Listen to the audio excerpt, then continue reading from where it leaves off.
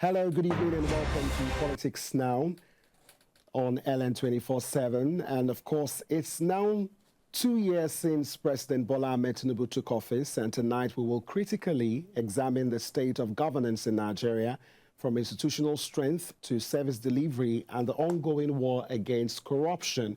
So later on the show, we will focus on Tinubu 2 years on governance, performance, and accountability.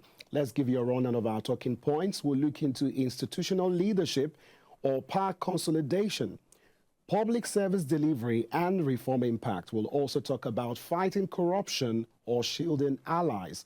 Our guest tonight is Anthony Ubani, the Executive Director of #FixPolitics.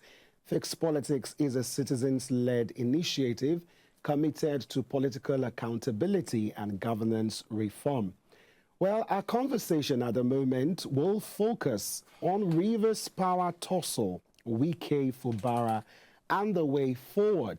Our talking points will start by examining and taking a look at Wike's media chat, claims, warnings, and allegiances. We'll also take a look at Fubara's meeting with President Tinubu, presidential mediation or political endorsement. What was that all about?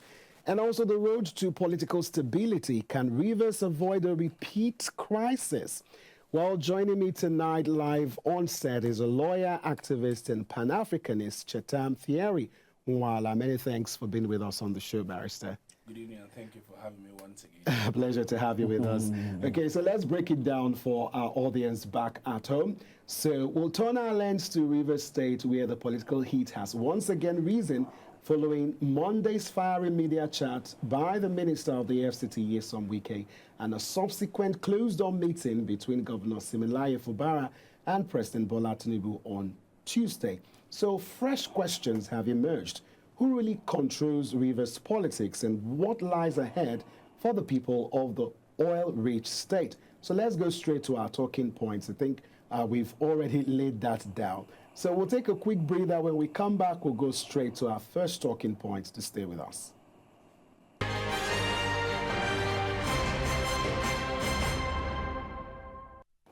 All right, our first talking point, we're looking at the media chat that, of course, was on Monday.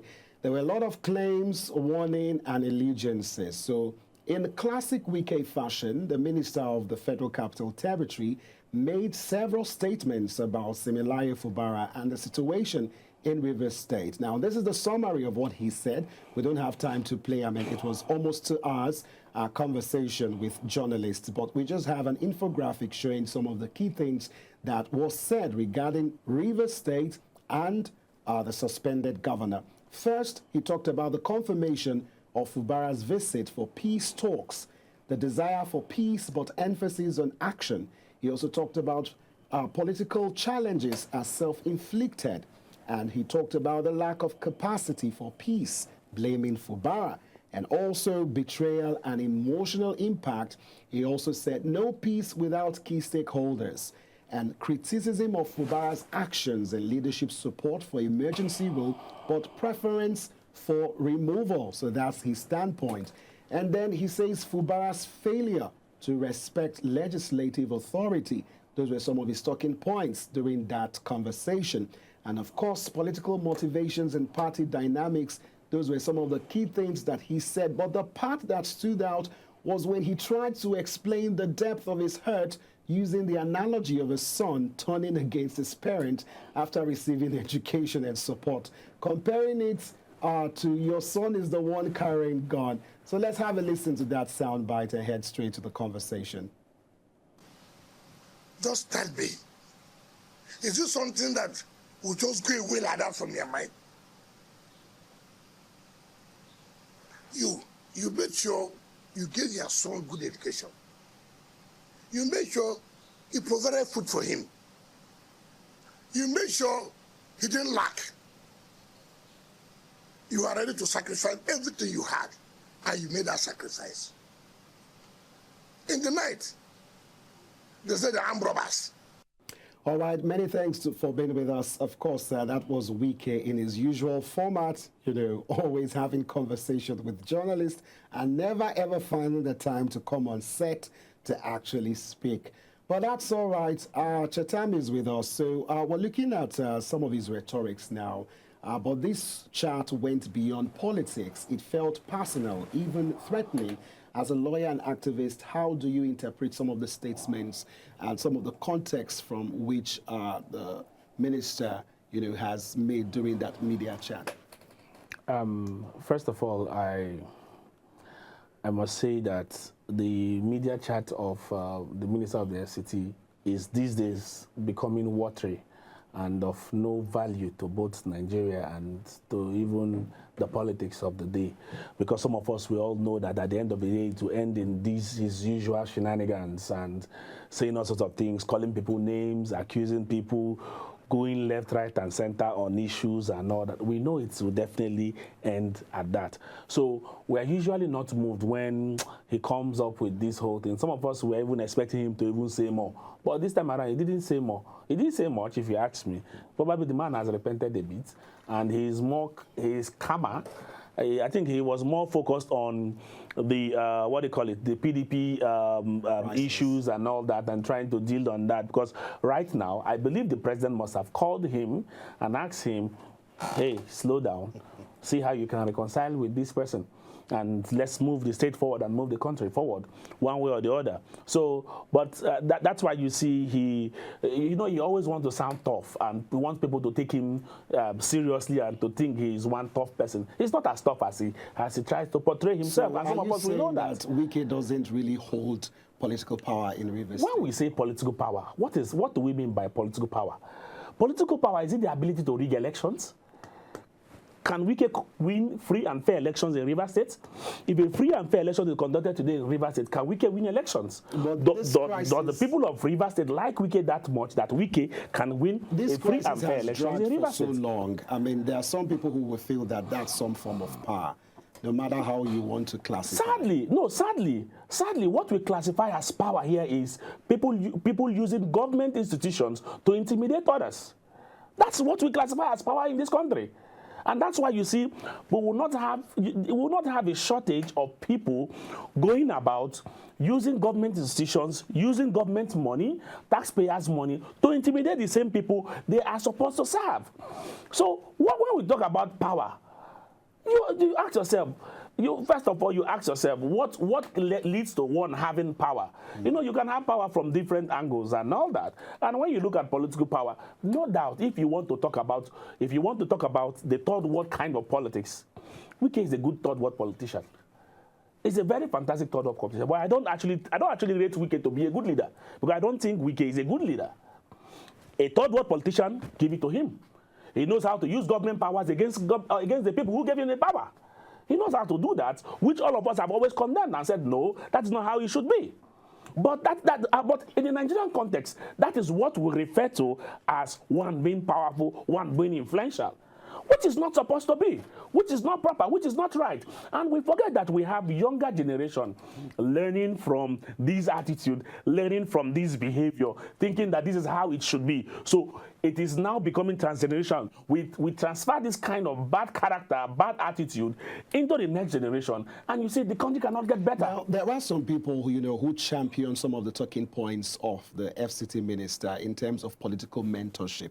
Some people feel that there is nothing bad like that. After all, before you can get to a particular position, you probably need mentorship and someone to steer you to climb the road of success.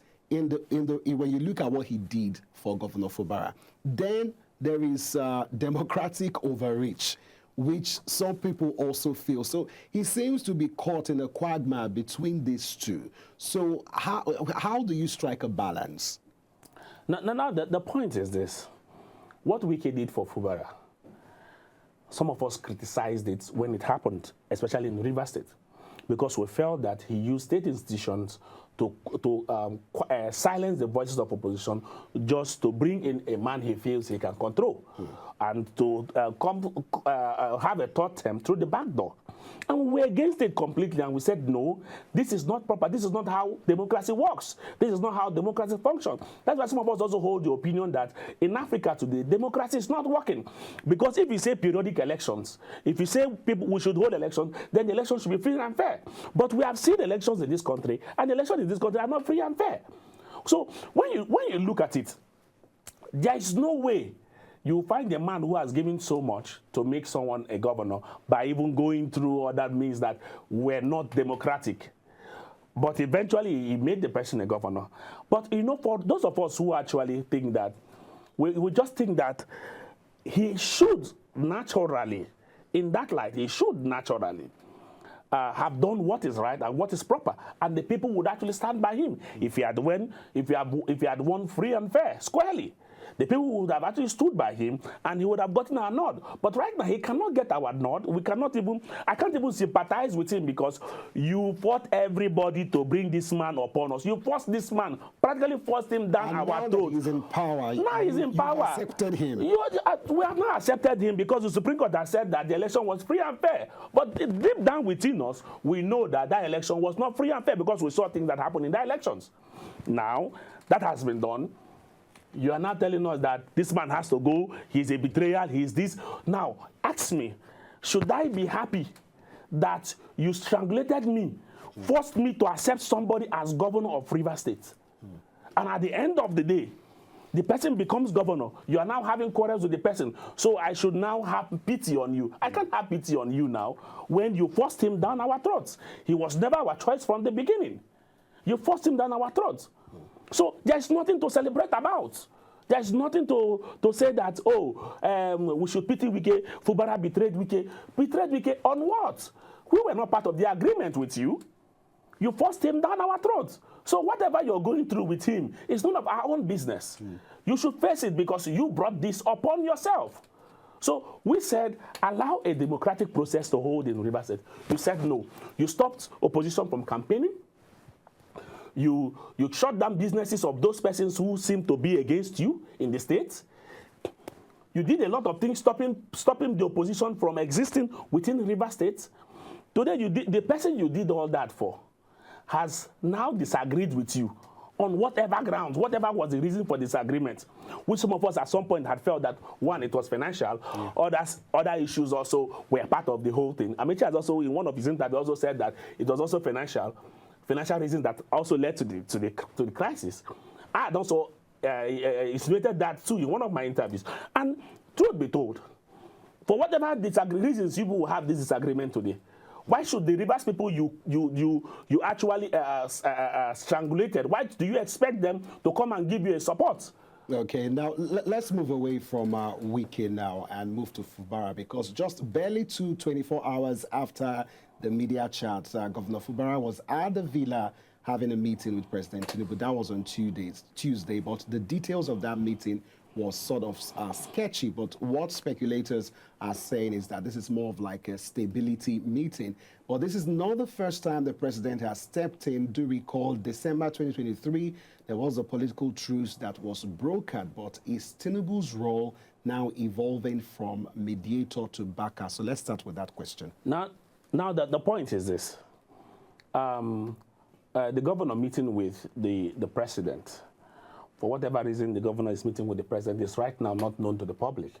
But I must tell you that personally I was disappointed with the speech of the governor, especially during his 2 years celebration, 2 years in office celebration in Port Harcourt, where he made certain statements and said, the declaration of state of emergency that was for the good. After women had protested. I personally had protested on the streets of Port Harcourt. I personally protested on it. I was tear gassed by the Nigerian police. So how did you feel hearing the governor say? Coming to tell us that what the president did was for the best interest of Rivers State. And I asked myself, what is the best interest of Rivers State? And who determines what is best for Rivers people? Because this man has crippled our economy. The president I'm talking about now has crippled our economy. With the declaration of state of emergency, Rivers people are suffering today. And you're telling us that it is the best thing, that he did it for the best interest of Rivers State? How is crippling our economy in the best interest of Rivers State? You just said a statement. I wanted to go back to it, that Rivers State economy is crumbling. The Yes. Vice Admiral is currently handling the affairs of the state. And also the National Assembly is the one, foresighting for the lawmakers that were suspended. So how do you validate your statement when you said at the moment it's crumbling? Go to Rivers State today. You would agree with me that life is not like the same. It's not the same since the declaration of the state of emergency. And you know what is funny? Both those on the Wike side and those on the Sim side are all complaining. Those who are actually supporters of the Minister of the FCT felt that when they declared the state of emergency, that they were going to enjoy, and it's like they are coming back to power while the governor will stay away. But they are not getting it like they had anticipated. They are not getting it like they had anticipated. So for me, you go to the market, things are not the same. You go everywhere, things are not the people who do, or the ordinary men who do business in Rivers State. You can't get investors coming to Rivers State today because of the political uncertainty in Rivers State and the declaration of state of emergency. So if investors cannot come, it simply means that there will be a reduced circulation of money, which we're experiencing currently in Rivers State. There will definitely be a high cost of living within the state as of today. And you now see an increase in criminality.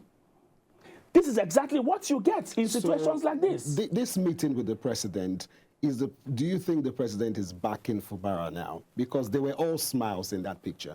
Well, one of the things I don't want to do is to preempt politicians, because politicians are very unstable people. You can't preempt them. They are very and highly unstable. Today they are saying A, tomorrow they are saying B. So, because if the governor, whom Rivers people have stood behind and said that, oh, minister, allow this man continue with his administration and to conclude his tenure, and the same person Rivers people stood after would now side with a president who has actually crumbled our economy, then we have an issue.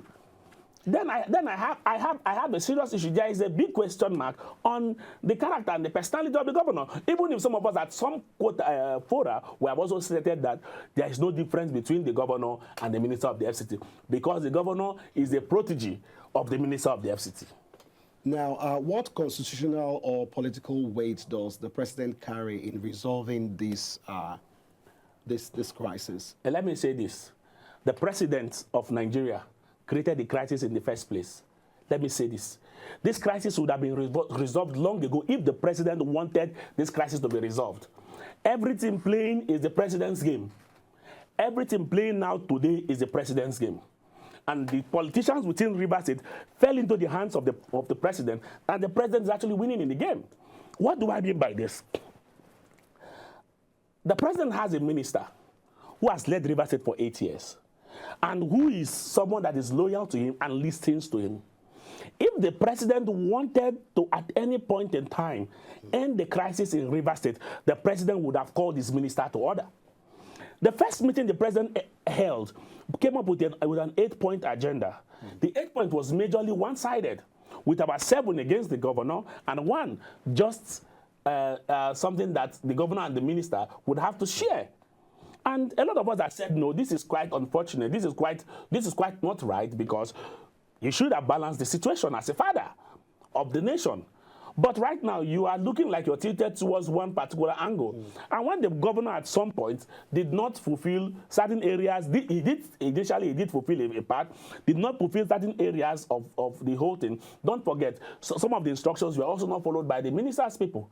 Now, at the end of the day, what did the president do? Rather than the president to call his minister to order, to say, leave what is happening in Rivers State, focus on the FCT and get things done in the FCT. The president was quiet about it until things, I wouldn't say things went out of hand, until the Supreme Court even came in, gave decision on the matter, settled the political imbroglio in Rivers State. Having settled the political crisis in Rivers State, the president was not even satisfied with the settlement done by the Supreme Court. The president went ahead, after the Supreme Court had settled the crisis in Rivers State, the president went ahead and declared a state of emergency in Rivers State, just to control, 1, Rivers State resources, 2, the politics of the state. Now the governor is at his beck and call. the governor is coming to plead with him and asking him for assistance or whatever it is, of course the governor will get a condition of support for 2027. So everybody in Rivers State, every political actor in Rivers State today, they are all playing the president's game. So it is the president who is the greatest beneficiary of this whole thing that's happening. So from what you're saying now, Wike doesn't really stand to benefit anything from this game. No, if the president is benefiting, Wike will benefit. Now that is certain. It's not like Wike cannot benefit independently from the president. He cannot benefit it because Wike is part of the presidency. As at today, he's a super minister, a very influential minister, as it were. So there is no way the president will benefit him from the crisis that Wike will not benefit. He will benefit from the crisis. After all, it is his people that are appointed as local government and sole administrators. It is his people who are appointed, members of the PDP, card-carrying members of the PDP, who are appointed as sole administrators, and names given to a BAS, being the sole administrator of the state now, given to him by Wike, that they actually made sole administrators according to local government. Now, there must be some consultations and, terms and conditions being discussed, because this is not the first time that this meeting with the president is happening. Recall there were reports that there was a meeting in the United Kingdom. So what do you think is good? Because one way or the other, Rivers State will find its way. So whatever discussions the governor is having with the president, what do you think is good for Rivers people? See, I don't want to get myself too. I don't want to care so much about. When this crisis first started, yes, everybody was saying this is it needs a political solution. It's not going to take, what you would expect logically. Do you agree with that? We got a legal. It take a political solution. We got a legal solution. The legal solution just needed implementation. The president abandoned the legal solution, and all the while the president has been looking for a political solution because he knows the political solution will favor him. So what the president has done was to abandon a legal solution given by the Supreme Court into giving us a political solution. And the political solutions will come with conditions which has to do with his 2027 ambition. Let's not pretend like these things do not happen. These things are happening now. So the 2027 election, his 2027 ambition comes to the center stage of this whole political solution he's providing, as against what the Supreme Court has stated. Why don't we follow the decisions of the Supreme Court? Allow us follow. See, whatever discussions the governor is having with the president, for me, I'm not of any interest, because they are all politicians. They will only discuss their personal interests. We're talking about the interest of your people. The interest of Rivers people at this point is that the president should remove state of emergency. We don't have to beg him to do that, because when he did it, it was done wrongly. Now, we don't have to beg him. He needs to take away the state of emergency in Rivers State. But the problem still remains. What are the problems? The House of Assembly is still there. If you remove the state of emergency... What are the problems with the House of Assembly? The Supreme Court has settled that particular issue. The Supreme Court has settled the issue with the House of Assembly. Supreme Court, the issue of who is speaker, of who is no speaker.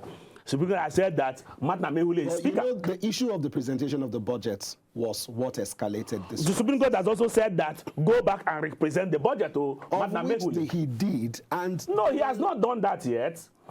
He had written to the House of Assembly that he's coming on XYZ day to come and present the said budget. The president went and declared state of emergency. So the problem, you see, when we talk about these things, we forget that Supreme Court has settled the problem in Rivers State. Supreme Court has ended the crisis in Rivers State. No, but recall, one of the media chats that the FCT minister had, he was particularly infuriated about the fact that there are modus operandi to present a budget, and that the Governor Fubara was not following that due process. So how do you checkmate? Now, if the governor was not following the due process, I think I even faulted the governor when he did that, when he went to the assembly and said, without getting approval from the speaker to say, okay, come on XYZ day, because we know there are procedures. You write to the National Assembly or to the State Assembly and you tell them that I am coming on XYZ day to present budget. And the speaker will now read the letter to the House that the governor is saying he's coming on XYZ day. On that, he's coming on XYZ day. If that day is not convenient for the House will now write back to the governor and tell the governor, come back on XYZ day so date you have proposed is not convenient for us. And on the strength of that, these conversations will now hold. But the governor never did that or never waited for the House to respond to his letter. He wrote to them, he sent them the letter today via WhatsApp and went there tomorrow, which didn't make any sense. So you agree he didn't follow the He didn't process. follow the rules. No, he didn't. No, I had said that on several occasions, that he didn't follow. Now, he now decided to do it properly by writing back to them and giving them another date that he was coming. Now, we also knew that at some point that the Matamewule-led assembly was also evading service of the letter. The clerk was not willing to receive letter from the governor. We knew that they were trying to frustrate the governor and all that, making sure that the state is grounded at some point. We all know what all the court cases that we held, even tampering with the resources or the finances of River State. But if the Supreme Court has given instruction that local government funds should not be released until you have an elected local government, why is local government fund being released to local governments in River State? Why is our money being released to them? We keep asking these questions. So, you see, the point is that the president has refused to follow the law as it is. Where the governor has faulted, we keep telling him that he has faulted in those areas. Now, there are some people, who kind of support the president in terms of the declaration of that state of emergency because of the security tensions. Would you agree that there was tension because there was clamor on both sides? There was no security tension. Which some people were predicting could lead to anarchy, and then the president There was no security tension. If the president is looking for security tension, I urge Mr. President to go to Niger State. Go to Shiroro, that was taken over by bandits. Go to Borno. The governor of Borno has come to say this thing has overwhelmed us. Come and help us. What has the president done? Go to the northeast. Go and see crisis there. Go to southern Kaduna. Go to Plateau. Okay. Go to Benue. Go and see security situations. Go and declare state of emergency in those areas. The people are even calling you and saying, please come. This has overwhelmed us. What has happened in River State that he has declared state of emergency? But next week, Thursday, is June 12th, which is Democracy Day. Do you think, it will make sense for that day to come and go and Fubara is still suspended? Whether Fubara is suspended or not or returned back, we know that the president is not a Democrat. The president has carried himself as a dictator, a civilian dictator. That's how the president has carried himself. Because you cannot just wake up unilaterally and suspend an elected governor, elected House of Assembly members. You suspended House of Assembly members, suspended the governor. Elected, the same way they elected you. Unilaterally, against the Constitution, under no provocation. And you cannot say you are also a Democrat and you are destroying the economy, impoverishing the people of River State because of your political ambition, because of your political interest of 2027. You can't say you are a Democrat. So, we are celebrating Democracy Day. How democratic are we here? How democratic are we here? We're actually in a dictatorship led by a certain cabal. And they come back, reshuffle themselves every day, re-elect themselves, re-elections, become presidents, we do the same thing again, and we deceive ourselves we are not a democracy. Whether he returns the governor or not, we all know he has shown us who he is, that he is not a Democrat, that he only pretended to be a Democrat. But he's not a Democrat because even his actions, we have seen that his actions are not democratic at all. So quickly before we go, so let's say Fubara comes back, is reinstated, and of course we're hoping that that happens. Do you think that will put to an end some of the, majority of the crisis that's we're seeing now? No, the point is, the interest is not whether Fubara is coming back or not. The interest is that River State should survive. And anything that will make, if the return of Fubara would make River State survive, then so be it. Don't forget, when we talk about return of Fubara, there's a House of Assembly is also suspended. They also have to be returned. Because you cannot return Fubara without returning the House of Assembly. So the House of Assembly is also important to us because we elected them to make laws, even if we can force them down our throats. We have accepted them now. We elected them to make laws for us. So you have to also return them. Let them come and make laws for us. So what we are looking out for is what is in the best interest of River State. Within this period of this crisis, we have lost so much. A lot of things that was supposed to come to River State has gone to Akwa Ibom and other neighboring states within the South. And the president does not also care. So far as we are suffering, he doesn't even care. And that's why we are agreeing with the president. We are saying that the president should have done better, should have known better. And it is also unfortunate that the president has sound legal minds around him, persons who have stood against things of this magnitude previously, and they are quiet and supporting it today. It is unfortunate. Our time is up, Mr. Church, thank you so much for being with us on the show. All right, you're still on to politics now on LN 24/7. We'll take a quick breather, and when we come back, of course, Ubani is standing by, and we'll go further with this issue of governance. I mean, we talk about Rivers politics, still governance, and we're examining President Tinubu's 2 years in office. We'll be right back. To stay with us. What makes the political system what it is today? What are the recurring issues? The tussle for power. An extremely problematic area. The tension. The instability of the system. Join LN 24/7 as we take you inside the local and international political arena in the world of politics. The golden age of America begins right now. I will very simply put America first. Watch Politics Now on LN 24/7. Don't miss Politics Now on LN 24/7.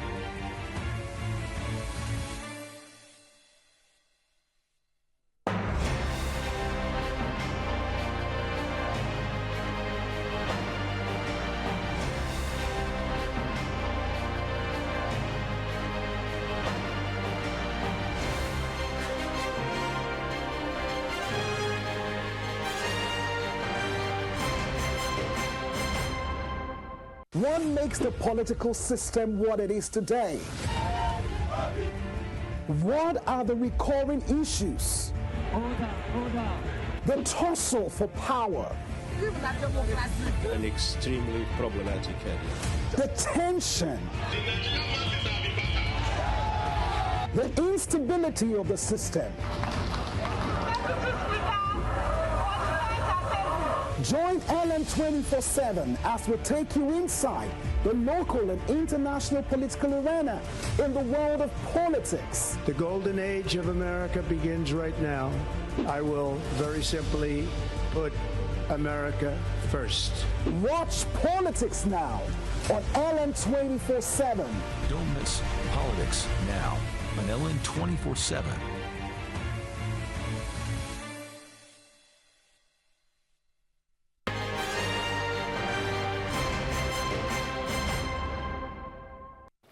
Glad to have you back from that break. We're moving the conversation forward, and we're still continuing the conversations surrounding the president's 2 years in office. So our guest is live with us in the studio. Many thanks for being with us, Thank you very much. It's been quite a while. Indeed, it's been quite a while. Yeah, and thank you for the work you do with governance and all the education. And I mean, I just keep asking myself, with all these efforts, I mean, are we seeing progress in the political space? Well, we are not seeing the kind of progress that we would expect. But again, change is a slow process. Transformation is a slow process. This is not a dash, it is a marathon. And so we take the little changes that we see and we keep pushing, because what is the alternative? What is the alternative? You give up on the country and on the continent, and then what do you have? Everything falls apart. So giving up is not an option. At all, is not an option. So let's move to our first talking point. We're looking at institutional leadership or power consolidation. Now, we've got some statistics just to buttress and lay the foundation for the conversation. President Tinubu appointed 45 ministers, the largest cabinet in Nigeria's democratic history. Allegations of growing executive influence over legislative and judicial decision-making are frequently cited by watchdog groups. So at the core of any democracy is the strength of its institutions, and there are concerns that the Tinubu presidency is consolidating power and blurring the lines of institutional independence. Mr. Obani, I mean, this is your sector, and that is why you're here. So what's your response? Clearly what we have is power consolidation. I mean, it's not something for anybody to think about or to look deeply.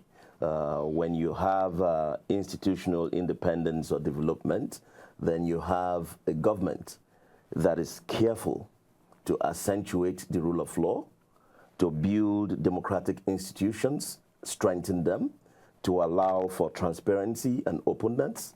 What we have is a far cry from that. It's a very far cry from that.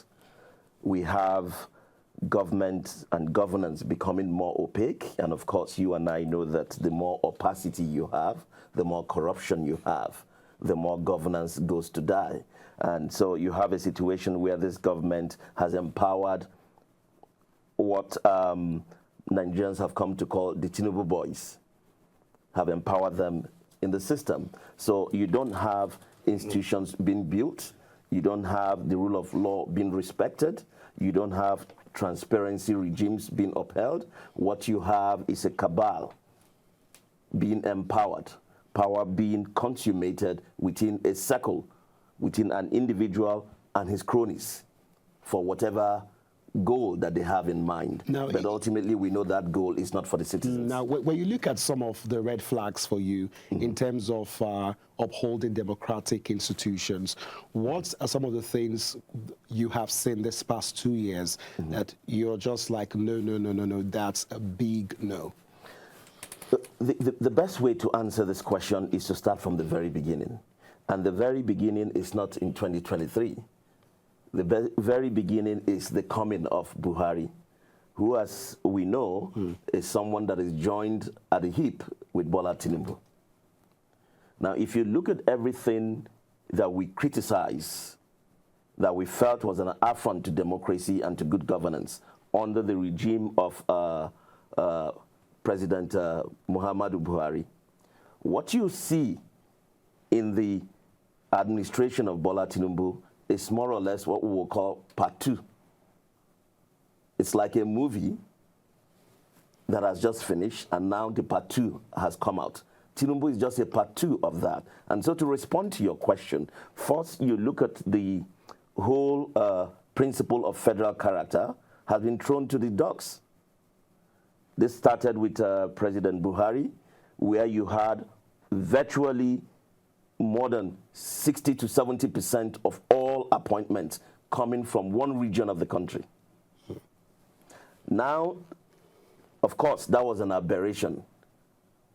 In a country like ours that is diverse, diversity in religion, diverse ethnic groupings, diversity in language and all of that, to empower one region against the others. Now, we felt that all of that will change and will reverse back to normalcy under Tinubu. But what do we have? We have the same situation where one region again is being empowered, in fact, more aggressively than in part 1 under Buhari against other tribes. Now, how does that further define Nigeria's politics, so to speak? Because you would have a case whereby the North will say, okay, it's our time. Then you have a case where you say that the Yorubas will say, okay, it's our time. So what do you think this president can do differently? Clearly, the challenge, as we know it, particularly within fixed politics, is that our politics is broken. And I think the average Nigerian can see that. Our politics is broken, and that is why you have all of these shenanigans going on. In the first place, we shouldn't be talking 65 years after our independence. We shouldn't be talking about North, South, West, and all of that. What we should be looking out for are competent leaders. Leaders who have character, competence, and capacity. Leaders who are able to take the reins of power and reshape this country's narrative. Reshape the narrative of poverty, of underdevelopment, of insecurity, of poverty, of hunger, and take us to the next level of growth and development. So the whole notion of, oh, the North and the South has kept us backwards. It has kept us backwards. You say you won the North. Okay, you have Buhari. What did we get from it? In Buhari, we had the worst leader this country has ever had in its history. We had a president that took this country backwards 100 years. Took Nigeria backwards in its development trajectory 100 years backwards. And now we have a southern leader, as it is. The expectation is that, okay, we are going to be coming up with policies and programs that are well thought through, that hopefully will set us back on the right path of development. But what do we have? Which is what this government claims it's doing with the removal of fuel subsidy. You know, in the words of his spokesperson, I think Daniel Bola, he said Nigeria is off life support. Do you agree with that? Well, I like the word that he used. You said claim. It is what the government claims they are doing. And again, if you start with Daniel Bola, I really don't know why anyone who is objective and logical will want to believe Daniel Bola. This was the same gentleman who a couple of months ago was running around telling the whole world how how Tinubu will be the death of Nigeria, how Tinubu is the last person that should be the president of this country, how he's a horrible and terrible character and someone who is not fit for president. Today, that same person is holding the microphone and telling us why we must support this same person. So which do you want to believe? What he's saying now or what he said yesterday? But the truth of the matter is that this government is big on public relations, is big on media engagement. But the truth, it doesn't matter how you gloss over it. It doesn't matter how you try to misrepresent it. At the end of the day, the truth is the truth. And what is the truth that Nigerians know at the end of 2 years of this government? The basis for assessment for me is simple. Democracy must be about the people. It must be about citizens. Governance must be about the people. It must be about citizens. Government must be about the people. It must be about citizens. So if you take the conversation from the premise of citizens, the question you simply have to ask yourself is, are the citizens better off today than they were before Tinubu? I mean, for me, for any government in power to perform less than the Buhari government, my God. Is that your scorecard, that this Tinubu administration has performed less? Absolutely. Now, coming from the Buhari administration, you know, the issue of having 45 ministers, the president had made a case that Nigeria is too big. There's just a whole lot we want to do. We have Ministry for Youths, Regional Development, and so many other ministries. And, you know, on the one hand, when you look at it, you're like, okay, with what he wants to do, this could work. But of course, having more ministers means that a federal character principle is simply broken, because that 45 cannot equally share for the 36 states of the country. So that's also something that is concerning for some people. So now, with this increased number of ministers, how would you rate their ability to deliver now away from the president himself and looking at his team? Again, there's the rhetoric, there is the thoughts, and then there's action. We know the rhetoric, of course, is about, oh, it's a large country, we need 45 ministers. But in reality, we know that you can govern this country effectively with even 20 ministers, with even 15 ministers who are committed to serve the citizens of this country. So all of that is rhetoric, and we know that the real reason for the 45 ministers is political patronage. It's power consolidation and political patronage. And so when you go beyond all of the rhetoric about performance, about what they have done, the simple question you ask yourself, look at inflation. Where are we on inflation? We have a runaway inflation at double digits, and it's still growing. You look at the currency devaluation. In fact, the Naira, based on what the data shows, went down against the dollar about 200%. I mean, the Naira was about 460, 461 to when the Naira. He came in. Yeah. And now it's what? Over 1,500. How does that help the citizens? How does that help the country? Look at the cost of living. The middle class is as far as I'm concerned, it's almost gone. It's wiped out. We don't have anything like a middle class today. What's the cost of food in the country today?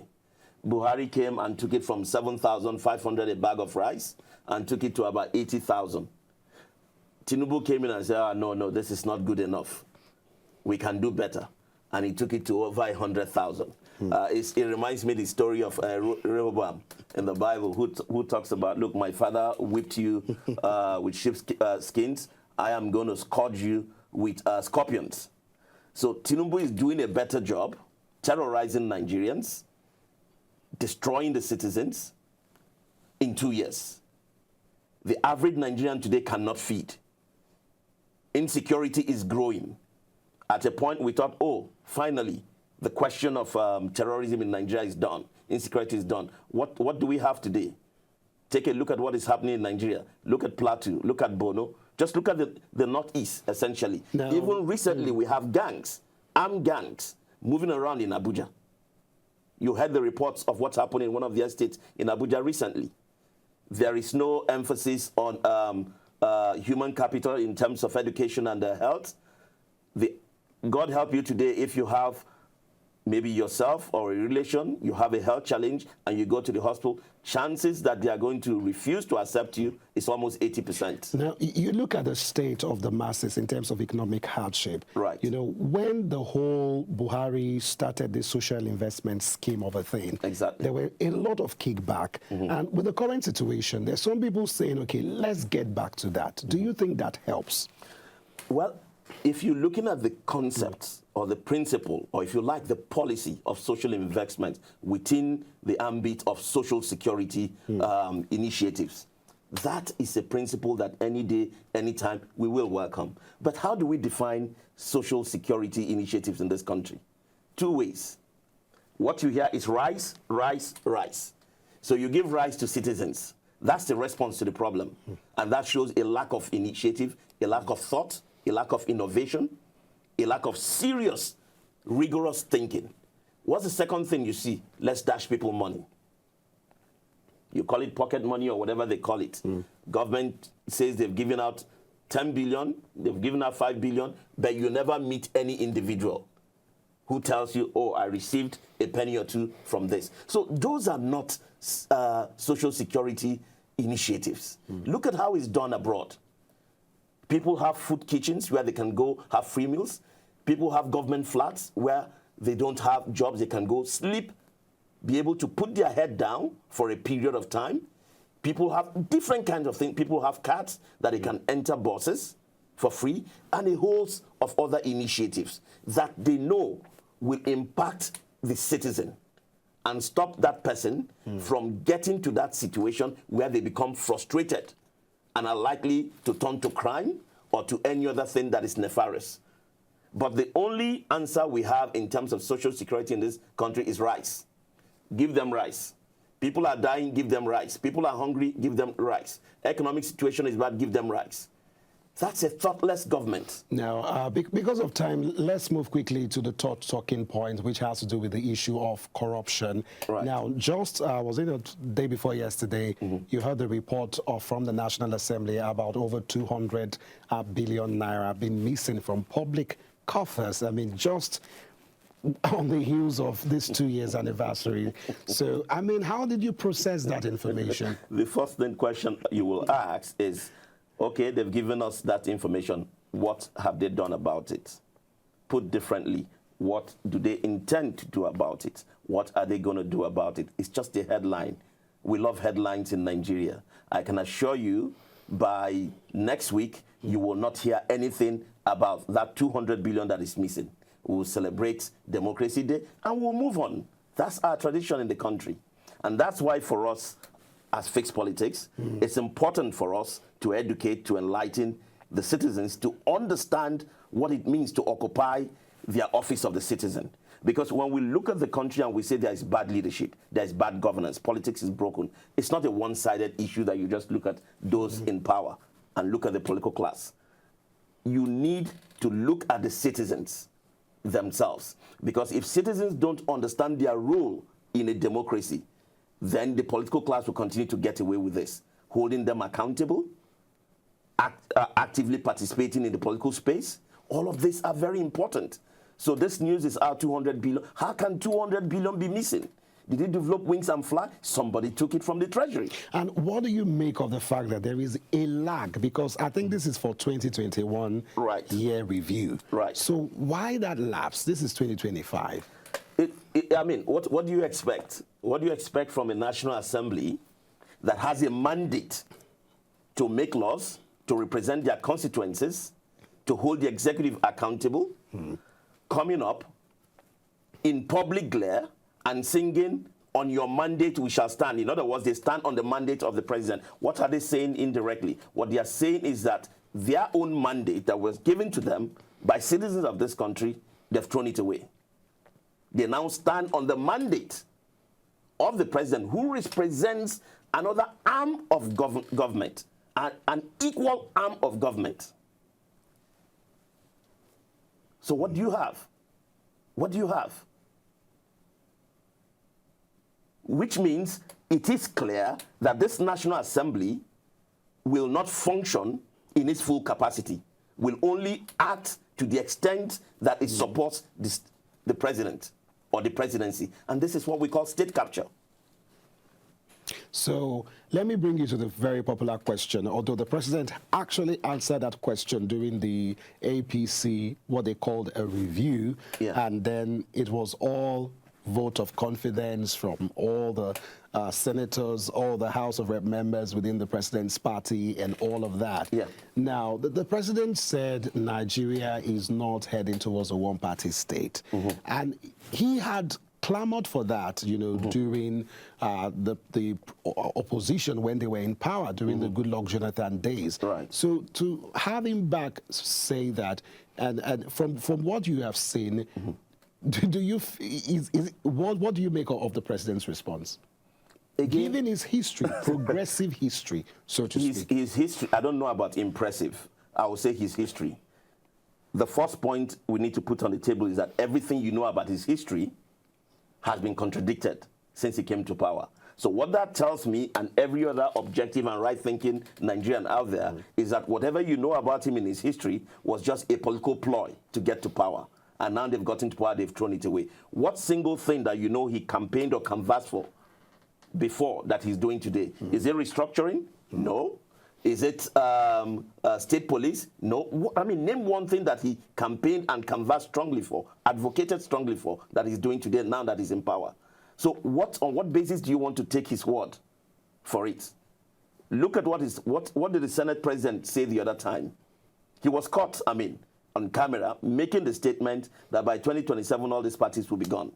That there will be, I mean, all of this will be history. But so we know we are already in a one-party state. Now, the opposition has not been able to say anything since this government came into power. Why? Let me just finish this thought, if you don't mind. Let me finish this thought. They are not the one making that happen. The reason why, you see, I don't pay too much attention to what they're saying. Because like we established at the beginning, they will say and do whatever to paint themselves in white garments. But it is the responsibility of citizens who are actively engaged to listen, to watch what is happening, and to make determinations on the basis of the facts on the table. The facts on the table suggest that the Labour Party has been compromised, PDP has been compromised. Is that the fault of the APC? Let me ask you a simple question. Who do you think orchestrated all these crises that are happening in all the political parties? Have you ever in the history of this country seen a time where a ruling party in power and every other political party in opposition have crisis? You think it's just happened by chance? Or maybe apart from the allegations made by El Rufai and Atiku Abubakar about some people being paid or being lured from the National Assembly, I mean, those are his words. But away from that, I mean, when you look at the opposition politicking, I mean, one party has different factions. That of the PDP is understandable because of the weight that the Federal Capital Territory Minister plays in the party. If you look at the political history of Nigeria, what is happening today is inconsistent with our history. So you will understand that clearly that there's something different we've not experienced before happening. And you're blaming it on this administration. It's not like I'm blaming it on them. I am saying that this government, this party, APC, is fully responsible. Okay, now because of time, and we'll need to wrap up, but I mean, this is just 2 years into the Tinubu administration. Right. There's still 2 more years. So if you're to advise the president, let's say he listens, what are some of the key pathways you think he can, safeguard his legacy? Looking at where he's coming from, because you said it right here now that, I mean, those were things he did to get into office. Right. So you're advising the president, safeguard your legacy, given the fight, the role you played in the fight towards democracy. What are some of the key things you will tell him? I will only give him one advice, and that advice is essentially become a Democrat. Become a Democrat, a true Democrat proper. Because if you become a Democrat, one of the things that will happen is that you begin to focus on how you can strengthen institutions of democracy, build and strengthen institutions of democracy. You will want to enhance transparency and openness in this government. You will want to build trust with citizens, because you can't govern without trust, the trust of the citizens. Right now, if you are to carry out some kind of survey, you will find that that trust in this government is probably less than 30%. So become a Democrat, because we know, just as your last speaker already established, that this president is not a Democrat. All of his actions, including the very last one of declaring a state of emergency in Rivers State, demonstrate very clearly that this is not a president that is a Democrat. This president does not respect the rule of law. And this president overreaches himself time and time again. His policies have not been in the interest of this country or the citizens of this country. Now, some of those listening to me who are supporters of the president will say, oh, we've been clamoring for first subsidy removal. Finally, he had the courage to remove it. It's not about courage. It's about thought. First subsidy removal is the right thing to do. But do you give him credit for that? I don't give him credit for that. But he did it. Yeah, he did it. Why don't I give him credit for that? Before you remove a policy like fuel subsidy that has been around for over 30 years in this country. That's an addiction for some people. Yes, you had to have some discussion. It had to be debated. There has to be robust debate.